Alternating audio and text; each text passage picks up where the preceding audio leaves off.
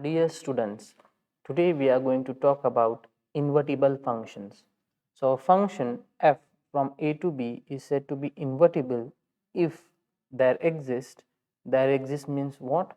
We should be able to find a function g from b to a such that f composition g is a identity map on the set B and G composition F is identity map on the set A. Just note one thing, if f is a function from a to b, then g is a function from b to a.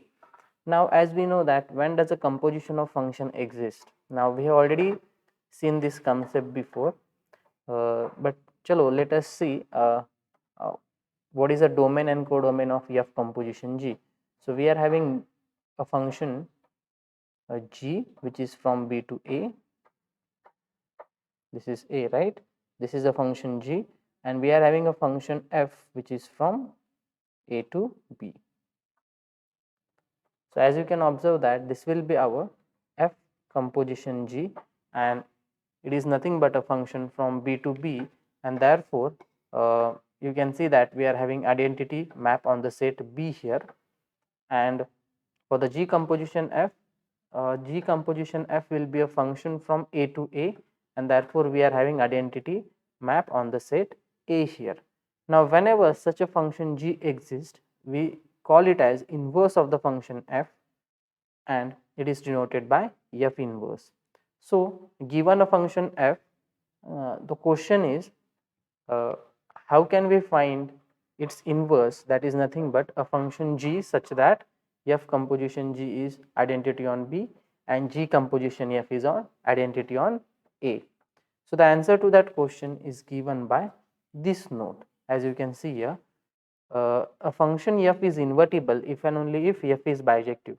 So, whenever we are having a function which is a bijective one.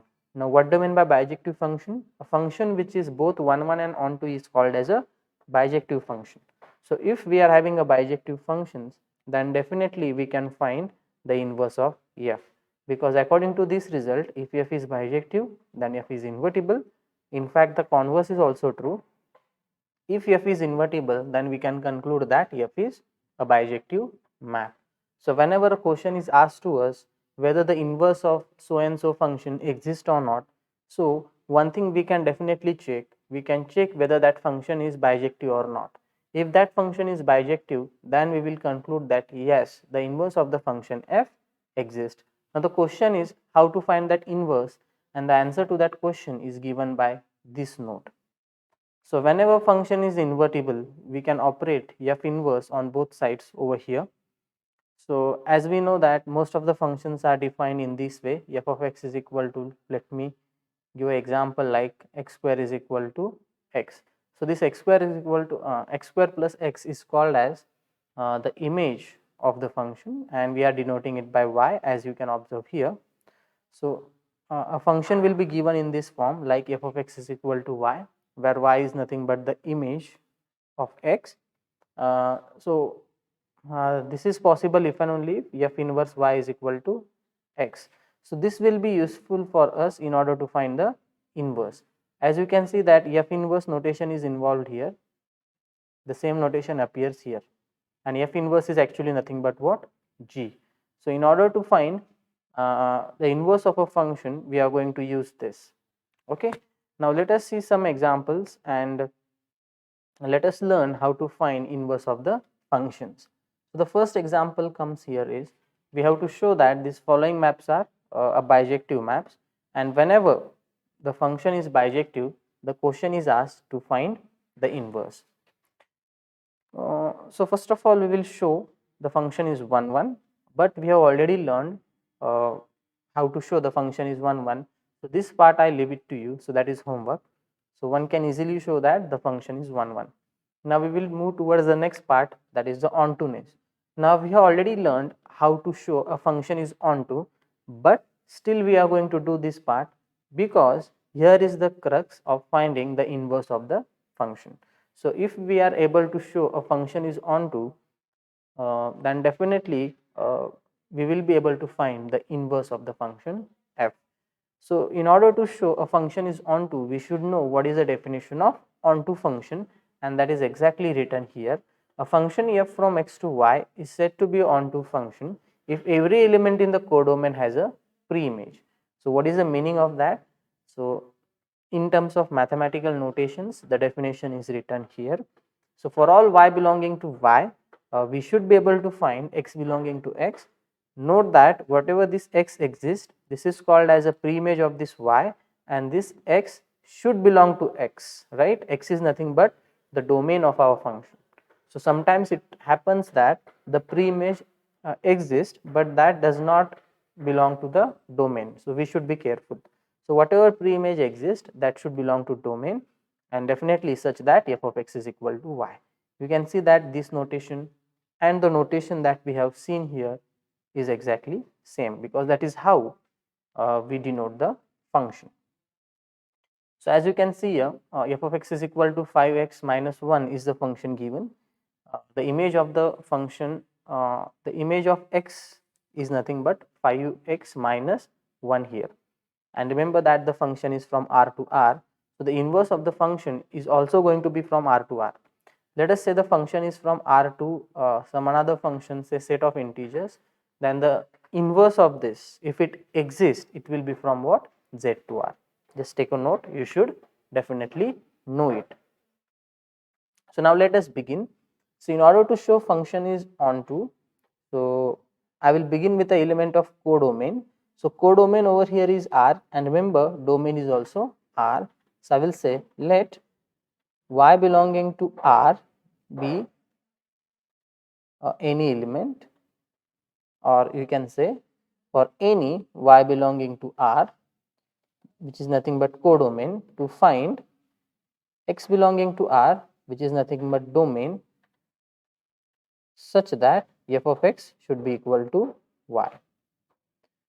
Now since we have to find the value of x by solving the equation f of x is equal to y. So what does f of x is equal to y imply? We already have the value of f of x as 5x minus 1.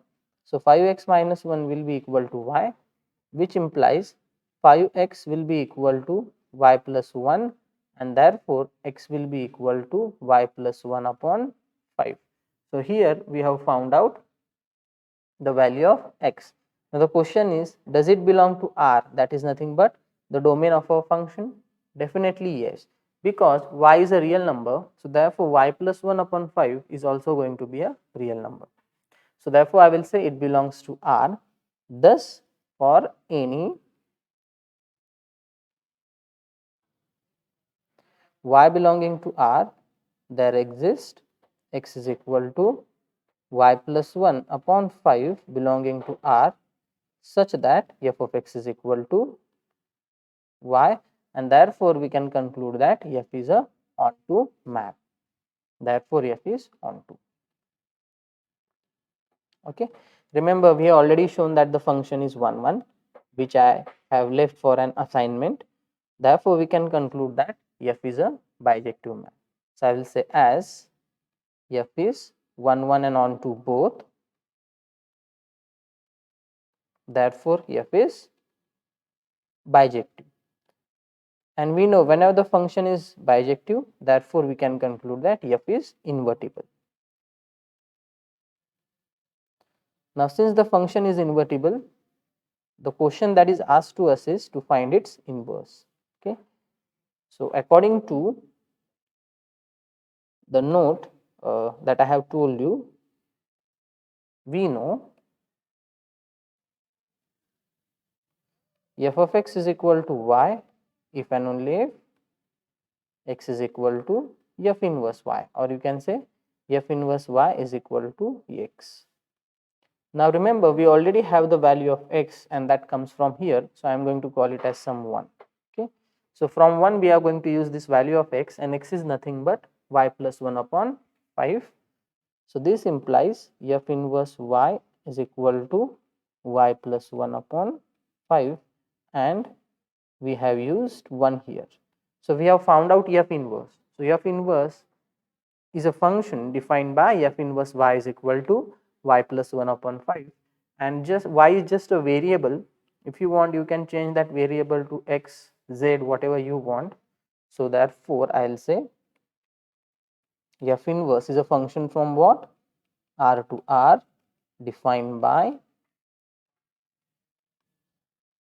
F inverse of y is equal to y plus 1 upon 5.